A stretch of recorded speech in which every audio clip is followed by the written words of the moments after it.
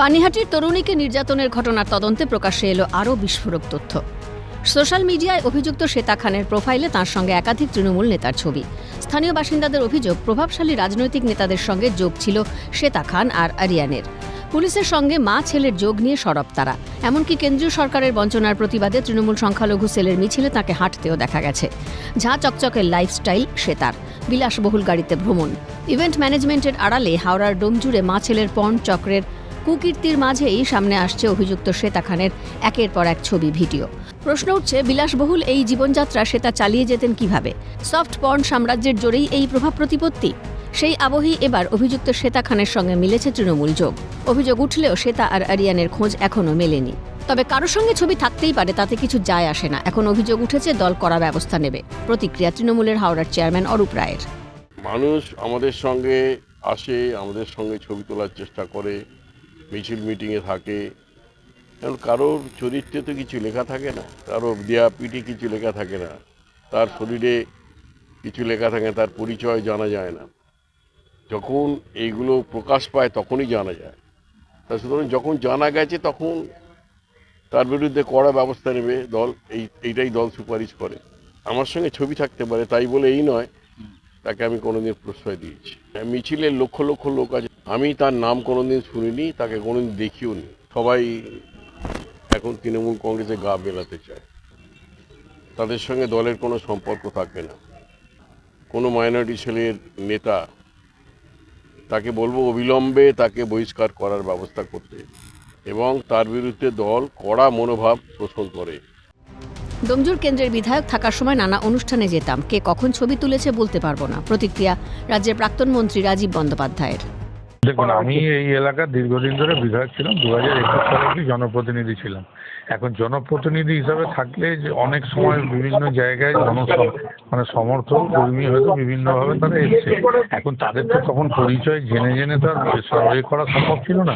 আর আমি এই এলাকার বিধায়ক ছিলাম 21 অব্দি। হ্যাঁ, ন্যাচারালি তার আগে হয়তো এই ঘটনা ঘটেছে। বর্তমানে সে তার চরিত্র কিরম, বর্তমানে কিরম, ভবিষ্যতে কিরম, সেটা নিশ্চিতভাবে আমি তো আর অন্তর্যামী নই যে আমি বুঝতে পারবো। তো যে অন্যায় কাজ করেছে একদম নিশ্চিতভাবে আইনের ব্যবস্থা নেবে এবং তার দৃষ্টান্তমূলক শাস্তি হওয়া দরকার।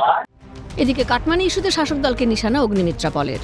দেখুন, আপনি আগেও দেখেছেন পর্নোগ্রাফি এবং একটি ভিডিও ভাইরাল হয়েছিল যেখানে সেই মহিলা যার সাথে হয়েছিল এই ঘটনা, তিনি এফআইআরও করেছিলেন। তৃণমূলের এক নেতৃত্ব, তিনি জিভ বার করে লক লক করতে করতে একটি ভিডিও তুলেছিলেন, জিভটাকে লক লক লক লক করছিল।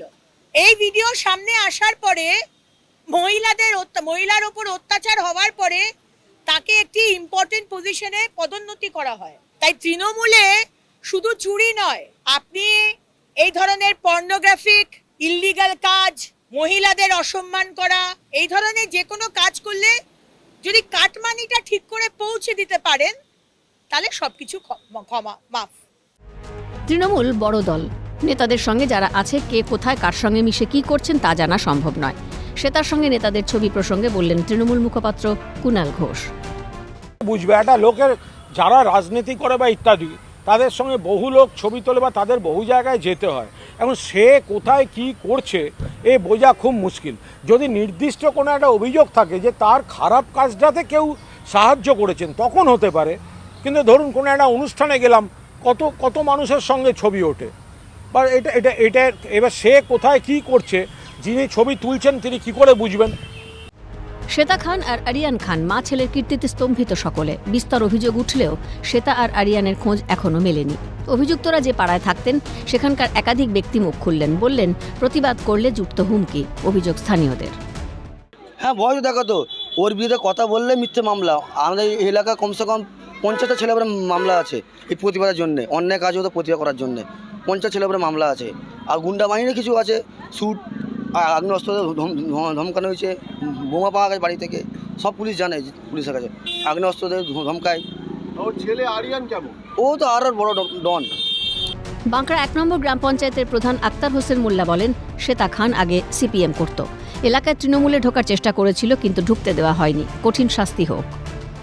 না, বামফ্রন্ট নেই, কিন্তু ওদের নেচারটা আছে তো একদম যথাযথ। পুলিশকেও আমার বলা আছে, আপনাদের চ্যানেলের মাধ্যমে বলছি, কঠোর শাস্তি হওয়া উচিত। ডোমজুর কাণ্ডে তোলপাড় গোটা রাজ্য। শাসক বলেই বলিয়ান অভিযুক্ত শ্বেতা খান। সেই সূত্রেই কি এত প্রভাব প্রতিপত্তি? শ্বেতা খানের সঙ্গে শাসক দলের যোগ নিয়ে কি অস্বস্তিতে তৃণমূল? দেবকুমার দেওর রিপোর্ট, ক্যালকাটা নিউজ।